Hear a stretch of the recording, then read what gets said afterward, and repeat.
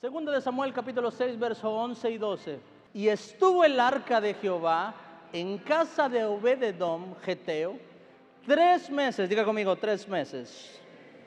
Y bendijo Jehová a Obed-edom y a toda su casa. Fue dado aviso al rey David diciendo: Jehová ha bendecido la casa de Obed-edom y todo lo que tiene a causa del arca de Dios. Entonces David fue y llevó con alegría el arca de Dios a casa de Obed-edom, de casa de Obed-edom a la ciudad de David. Hemos estado hablando sobre el Espíritu Santo, sobre por qué Dios envió a su Hijo a morir en la cruz y que la razón de enviarlo a morir en la cruz fue para que tuviéramos al Espíritu Santo. Ok, quiero explicarte cómo funcionaba antes de que Jesús entregara su vida en la cruz. ¿Cómo era antes de que Jesús entregara su vida en la cruz? A lo mejor esto nos ayudará a recapacitar y valorar lo que significa tener la presencia de Dios disponible en nuestra vida. Su palabra nos enseña que después del pecado de Adán y Eva, el Espíritu Santo se apartó de la vida del hombre. Y hay un momento en el que el Espíritu Santo posaba sobre algunas personas que le llamaban profetas. Pero hubo un momento cuando Dios establece a Moisés como líder y empieza Dios a hablar directamente con Moisés. El Señor ofrece una solución para que las personas pudieran tener presente al Espíritu Santo. Y se establece la primera iglesia en el mundo que le llaman tabernáculo. La primera iglesia que no era poblada o no era compuesta por congregantes, sino por una sola cosa: la presencia de Dios. Amén. Y Dios envía a Moisés a hacer le llamaron arca del pacto, que era prácticamente una caja, amén, con algunas características especiales. No era cualquier caja, era una caja bien hecha, con oro, la buena madera, amén. Y estableció un tabernáculo y Dios dijo: de aquí en adelante esta es el arca del pacto y mi presencia estará sobre esta arca. Entonces dijo: ya no estará sobre una persona, ahora estará sobre esta arca del pacto. Y cualquiera que viniere delante de mi presencia a través de esta arca, estableció un templo, estableció un tabernáculo y dio una instrucción: cualquiera que pueda venir a este lugar, debe haber una característica en él. Amén. Y Dios dijo: tiene que ser un sacerdote. Diga conmigo, sacerdote. Nadie más. Nadie más podía entrar. Solo podía ser un sacerdote. Y solo podían cuidar del templo, porque había que hacer limpieza y tantas cosas, sostener el templo. Dice: y las personas que trabajen en el templo, debe haber una característica en ellos también: deben de ser solamente levitas. ¿Y qué son levitas, pastor? Ok, levitas era una tribu, era un hijo de Jacob que Dios destinó a esa generación que se dedicaran únicamente a alabar y adorar su nombre. En pocas palabras, un levita es una persona que se dedica a adorar a Dios. Y Dios dice una cosa, dice: solo los que me adoran, en pocas palabras, tienen la oportunidad de entrar a mi templo. Pregunta: ¿usted cree que esta información es importante? Escuche, sabemos algo de Dios, y es que es un Dios inmutable, o sea, no puede cambiar. Dios es el mismo de ayer, de hoy y de siempre. Que Dios haga cosas nuevas no significa que su mentalidad cambia. Que Dios haga cosas nuevas no quiere decir que Él cambia. Amén. Su palabra es clara cuando dice que Dios es uno. Amén. Y que es el mismo de ayer, de hoy y de siempre. Que Dios no puede cambiar. Entonces, ¿cómo por qué Dios, teniendo 12 tribus, elige que solamente la que ha aprendido a adorar pueda estar más cerca de su presencia?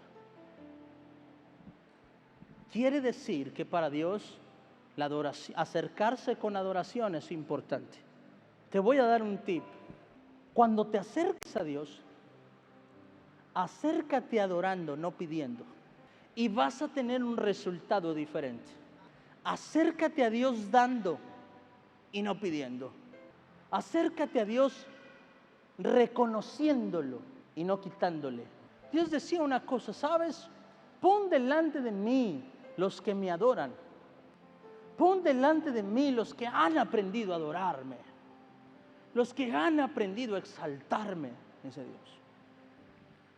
Los que están dedicados a esto, a la adoración, a buscar mi rostro, a hacerme sentir bien, a hacerme sentir cómodo.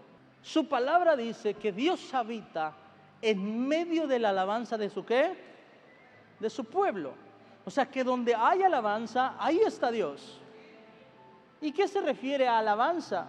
La palabra alabanza es alabar o bendecir. Y la palabra bendecir es decir bien. No sé tú, pero a mí me gusta convivir con personas que dicen bien de mí. A mí me gusta relacionarme con personas que dicen bien de mí, que me bendicen. Y no me gusta tener relación con personas que dicen mal de mí o que me maldicen. Porque maldecir no es solamente decir te maldigo, no, maldecir es decir mal de alguien, hablar mal de alguien. Y Dios dice, ¿sabes? Acerca a mí los que me bendicen, los que dicen bien. No los que cuando están pasando un proceso vienen delante de Dios y le dices, ¿dónde estás tú, Dios? No que eras poderoso, no que estabas conmigo, no que esto, no que me bendecirías, no que estarías conmigo, no que me ayudarías. No, dice Dios, no, esos que dicen mal, no. Trae los que han aprendido a decir bien. Esos que aunque están en el proceso dicen, Señor, no entiendo lo que estás haciendo, pero te bendigo, porque sé que eres más justo que yo, sé que eres más bueno que yo, sé que eres más inteligente que yo, sé que eres más sabio que yo, tú eres el creador, tú me creaste a mí, no yo a ti, Señor. Los que dicen bien, aún en momento de tribulación. Dice Dios, tráiganme a esos que se dedican a alabar, no a quejarse. ¿Será importante esta información? Nos enseña una cosa, que a Dios le gusta que nos acerquemos delante de Él con adoración. Pastor, pero ¿qué tiene que ver eso? Se lo voy a explicar. La Biblia dice que en un momento Israel entra en guerra y los filisteos vienen y roban el arca. Pero escucha, pasa algo en esta historia. Y ahorita vamos a leer esa parte. Pero cuando pierden esa pelea o esa batalla, los filisteos lo que hacen fue, tráiganse el arca, porque esa es la razón por la que Israel es bendecido, pensaron ellos. Si el Israel es bendecido por la presencia, por el arca de Dios. Pero ellos cuando la robaron, no la robaron con la intención de adorar, sino con la intención de tener más. Para explicárselo mejor, ellos dijeron, tráigase esa cajita de la buena suerte. Cuando ganan la batalla lo que hacen es, tráigase esa arca, pero tráigansela ya. Y vienen los filisteos y la roban. Y yo me imagino que los filisteos pensaron que era como la lámpara del genio, ¿verdad? Tócala y nos va a ir bien. Ponla en un templo si quieres y nos va a ir bien. Y Dios nos va a bendecir. Eso fue lo que ellos pensaron. Pero la Biblia nos enseña que cuando trajeron esa arca, lejos de ser bendecidos, empezaron a ser maldecidos. Y empezaron a venir plagas a sus vidas. Empezó a venir ruina y enfermedad de sus vidas, que llegó un momento en que dijeron, ¿saben qué? Regresen el arca, pero ya. Y los filisteos entonces empiezan a hablar.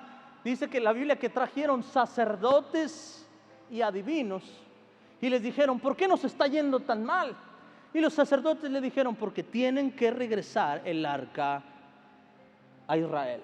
La Biblia enseña que cuando hablan le dicen, bueno, entonces, ¿qué tenemos que hacer para que se la lleven? Pues hablen con los encargados, hablen con David, hablen con la gente necesaria para que puedan traer esa arca de regreso.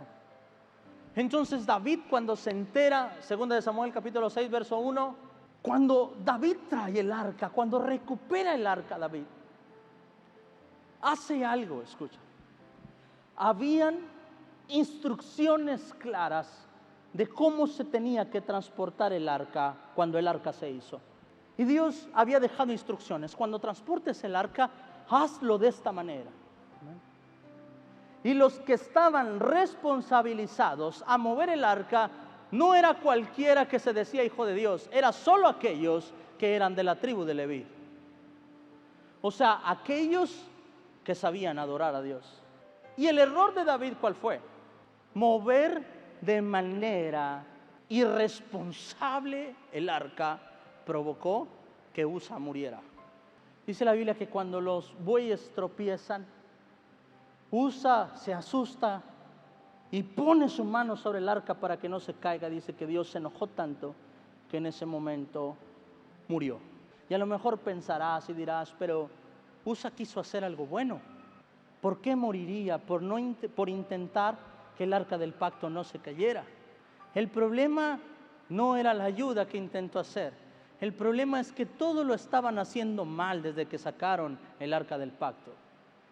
Porque había instrucciones de cómo tenía que ser llevada el arca del pacto. Y si el arca del pacto estaba a punto de caer, era porque no cumplieron las reglas que Dios había dejado para que se moviera esa arca.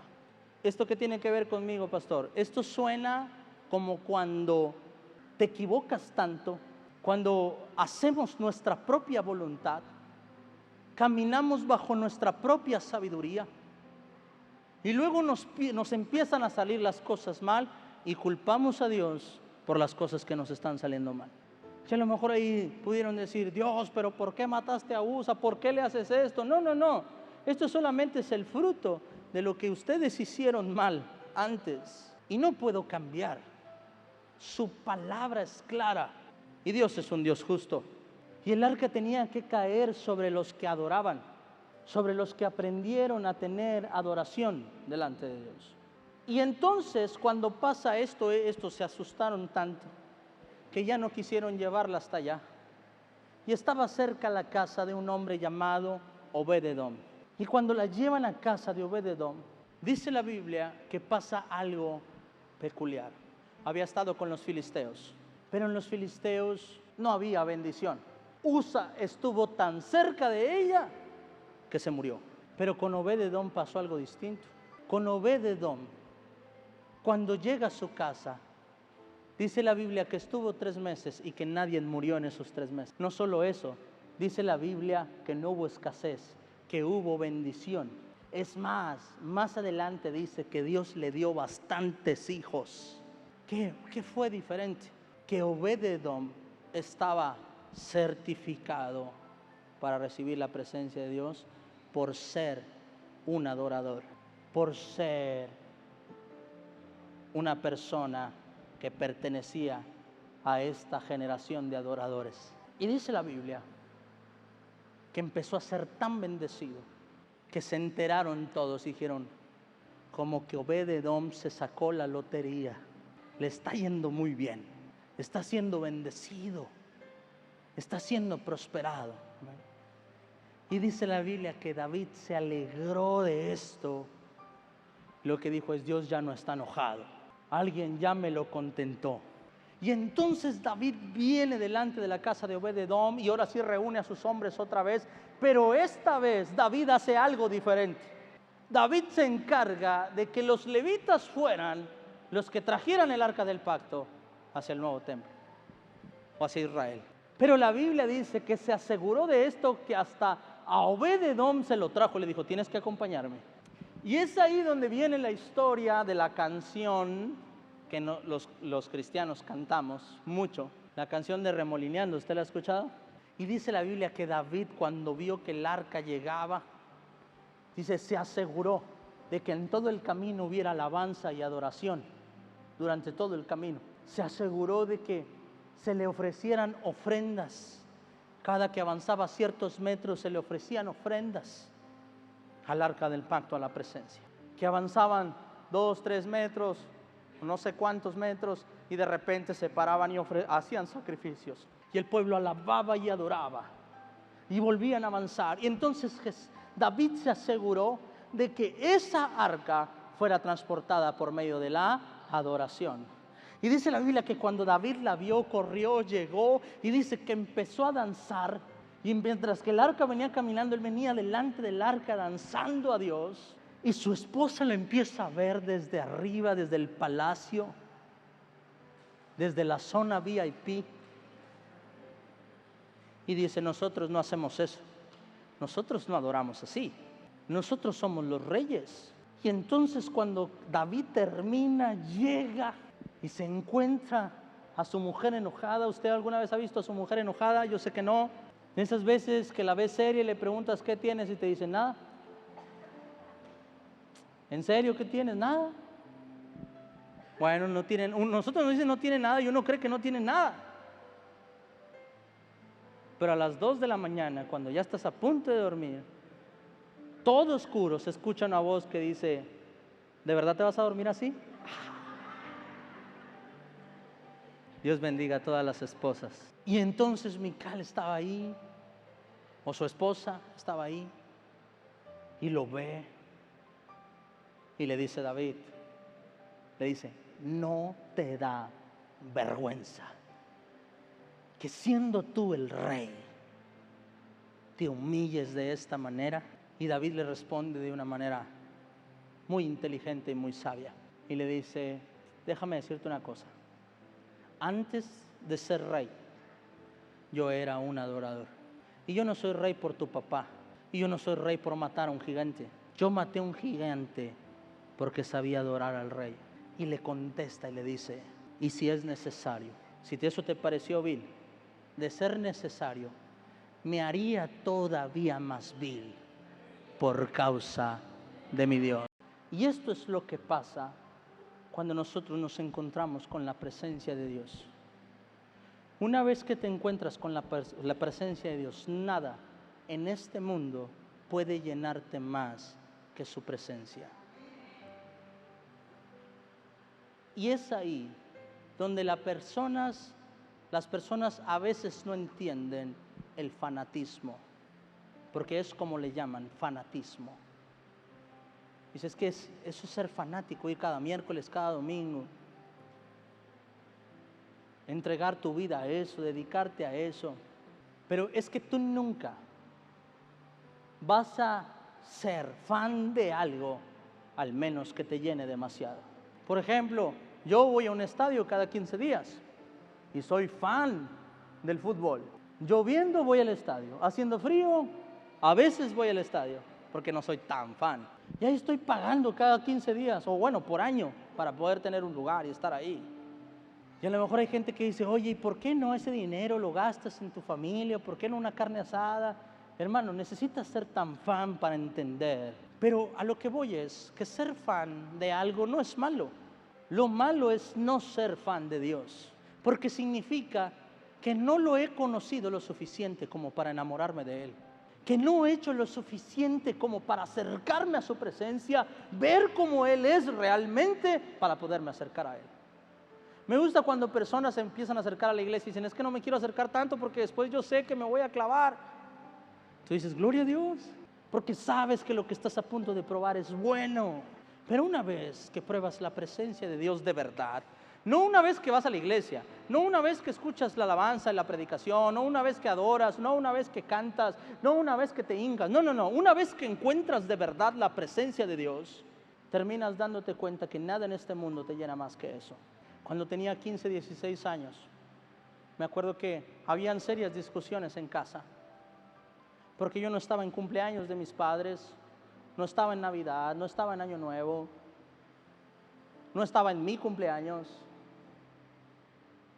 nunca estaba en mi casa, siempre estaba sirviendo a Dios. Y cuando me caso con mi esposa le digo, mira, así va, aquí va la carta. Yo voy a dedicar mi vida a servir a Dios. ¿Quieres servir a Dios? Si no, aquí te quedas. Y me pierdes todo esto. Y mi esposa dijo, pues yo no quería servir a Dios, pero ahora que dices eso, sí, claro que sí.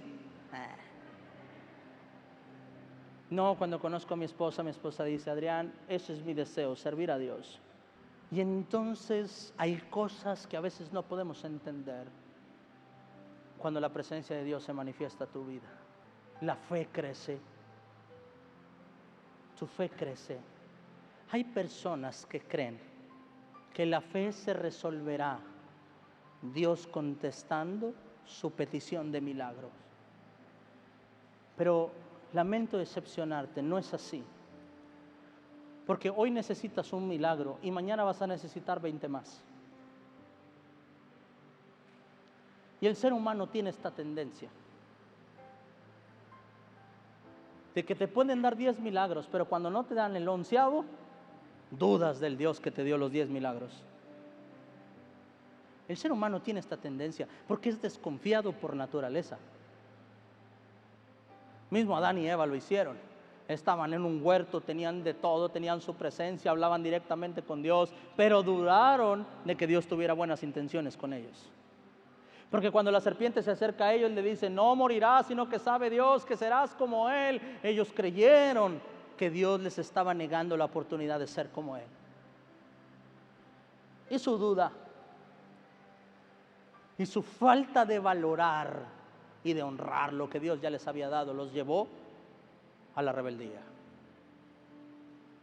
No es un milagro lo que te mantendrá con tu fe en alto y la presencia de Dios.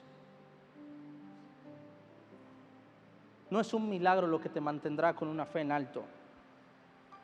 Es la presencia de Dios la que te mantendrá con una fe alta en tu vida o con una fe grande en tu vida. Es lo que ves, es lo que sientes, es lo que experimentas.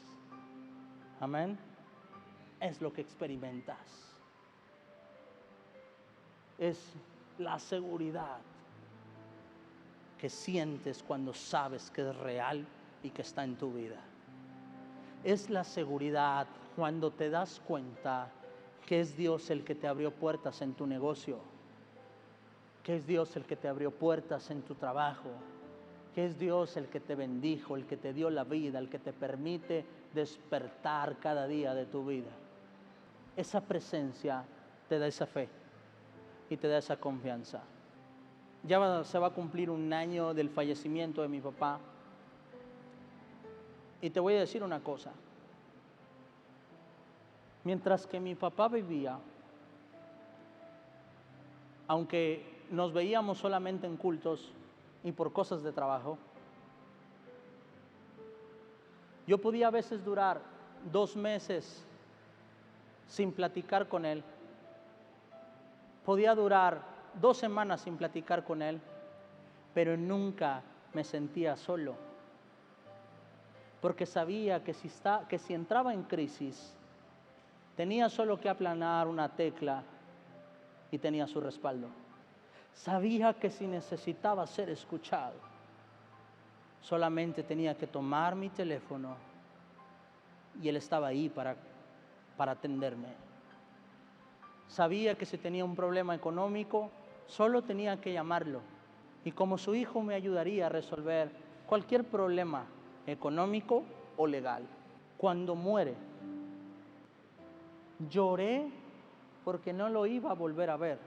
Pero lo que más sentí, o lo que más me hizo caer en depresión, fue sentirme huérfano. Sentir que ya no tenía nadie a quien llamar si tenía un problema. Y te voy a decir una cosa. Mi papá dejó un negocio para que su familia pudiera subsistir y nos pueda ir bien económicamente, vivir bien económicamente. Un negocio que se construyó por más de 25 años. Pero aunque sabíamos que mientras que siguiéramos trabajando no iba a haber problemas económicos, estábamos dispuestos a cambiar toda nuestra economía por sentirlo una vez más de regreso. Y más de 10 veces oré en mi depresión con Dios, porque sabía que no podía ser posible, y decirle: Señor, te cambio todo lo que tengo por sentirlo y sentir su presencia una vez más. Saber que Él está conmigo. Porque algo que me decía mi esposa, me decía: Adrián, tú tienes más de 5 años que no dependes de tu papá. tú tienes tu propia economía, tú te sustentas solo. Y yo le decía, es que ese no es mi temor. Eso no es lo que me duele. No tengo miedo por eso, sé trabajar, decía yo. A lo que le tengo miedo es no sentir que nadie esté respaldando lo que yo estoy haciendo. ¿Por qué te cuento esto? Una vez que pruebas la presencia de Dios, dejarás de buscar a Dios por los beneficios y lo empezarás a buscar para que se mantenga a tu lado siempre. Y estarás dispuesto a cambiar cualquier milagro por su presencia. Y esa es la sensación que te deja una vez que conoces su presencia. Esa es la sensación que se siente una vez que conoces. Es como cuando alguien queda huérfano y que dices, no me importaría no tener nada en mi vida, pero tener a mi Padre conmigo. Eso es lo que pasa cuando conocemos de verdad a Dios. Si estamos con Dios por los panes y los peces, quiere decir que aún no le hemos conocido bien. Y tenemos que hacer algo para buscarlo. Hay gente que dice, no, yo no necesito ir a la iglesia, mira, estoy bien, me va bien económicamente. No, es que a Dios no se le busca por eso. Te estás perdiendo una relación con Dios. Una relación donde Dios puede hablarte, donde Dios puede escucharte. Una relación donde Dios te contesta, una relación donde sientes la cobertura de Dios sobre tu vida. Una relación donde Dios deja de ser un cuento bonito de un ser supremo y se convierte en tu único Dios a quien decides alabar y adorar por la eternidad. Y eso fue la diferencia entre un levita y todos los demás. Que un levita dedicaba su vida a adorar. Un levita se encargaba de que su presencia estuviera ahí todos los días. Y Dios dijo, a esos manténmelos cerca. Iglesia, tienes que aprender a adorar. Tienes que aprender a convertirte en un adorador. Una persona que busca a Dios por adoración. Una persona que aprendió a tocar el corazón de Dios. Usted tiene que orar y decirle, Señor, enséñame a tocar tu corazón. Enséñame a provocar en ti contentamiento como lo hizo Jesús. Enséñame a sacar de ti, este es mi Hijo amado. Porque no hay un interés. No se acerca por interés. Se acerca porque ha entendido